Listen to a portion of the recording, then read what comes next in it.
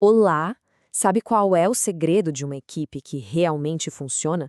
O que transforma um monte de gente talentosa numa verdadeira força da natureza? É sobre isso que a gente vai conversar. Vamos abrir juntos uma espécie de manual do gestor para entender a dinâmica por trás das grandes equipes. Poxa, essa analogia é perfeita, né? Não é só sobre juntar pessoas, é sobre fazer com que juntas elas criem algo que ninguém conseguiria fazer sozinho, uma verdadeira sinfonia. É essa a essência do que a gente vai ver aqui. E o nosso caminho vai ter 4 paradas. Primeiro, a gente entende a base de tudo. Depois, como desenhar a equipe certa para cada desafio. Aí, vamos ver um caso real, na prática.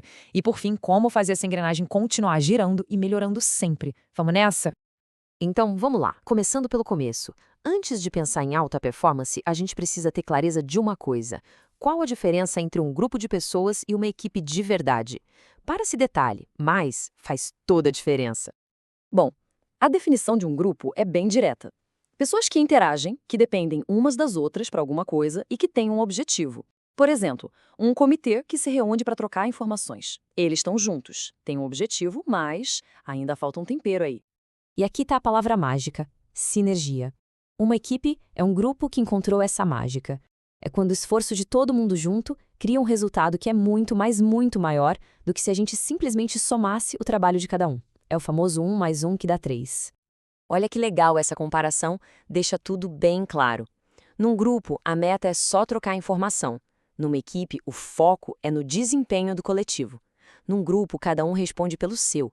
Numa equipe, a responsabilidade é de todo mundo, um pelo outro. É essa sinergia e essa responsabilidade mútua que viram o jogo.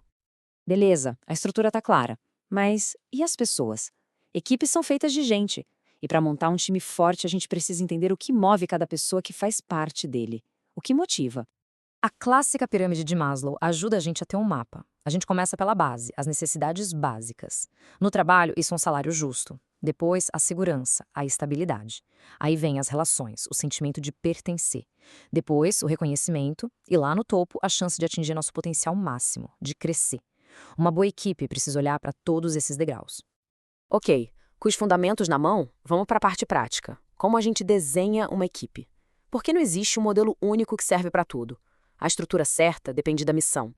É como se fosse uma caixa de ferramentas com vários modelos, cada um serve para uma coisa. A gente vai dar uma olhada em 3 tipos bem comuns para entender como eles funcionam. Essa é a mais clássica, que a gente vê em todo lugar. O time do financeiro, o time de marketing, a galera é organizada por especialidade. É ótimo para a eficiência do dia a dia. O problema, às vezes cria aquelas panelinhas, os silos, e a comunicação entre as áreas fica difícil. A equipe interfuncional ou multifuncional vem justamente para quebrar essas barreiras. Imagina criar um produto novo. Precisa de gente de vendas, de engenharia, de design, todo mundo junto na mesma sala. A riqueza está na mistura de visões. O desafio é alinhar todo mundo, claro. E aí a gente chega num modelo super moderno que exige muita maturidade, a equipe autogerida. Pensa num time sem um chefe formal. A própria equipe define as metas, divide o trabalho, resolve os pepinos, é o nível máximo de autonomia.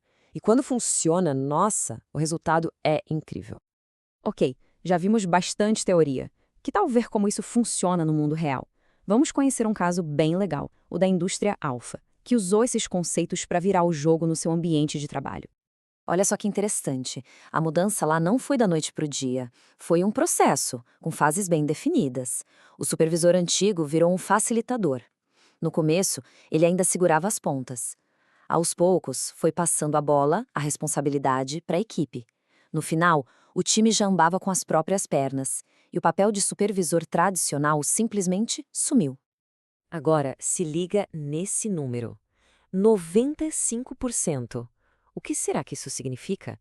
É a prova de que tudo isso valeu a pena. Tá aí, quase todo mundo, depois de viver a experiência, disse que preferia trabalhar nesse modelo de equipe, com mais autonomia. É um número gigantesco. Mostra o poder que existe em dar às pessoas mais controle e responsabilidade sobre o próprio trabalho. E não foi só na preferência. Olha o que aconteceu com o clima da empresa como um todo.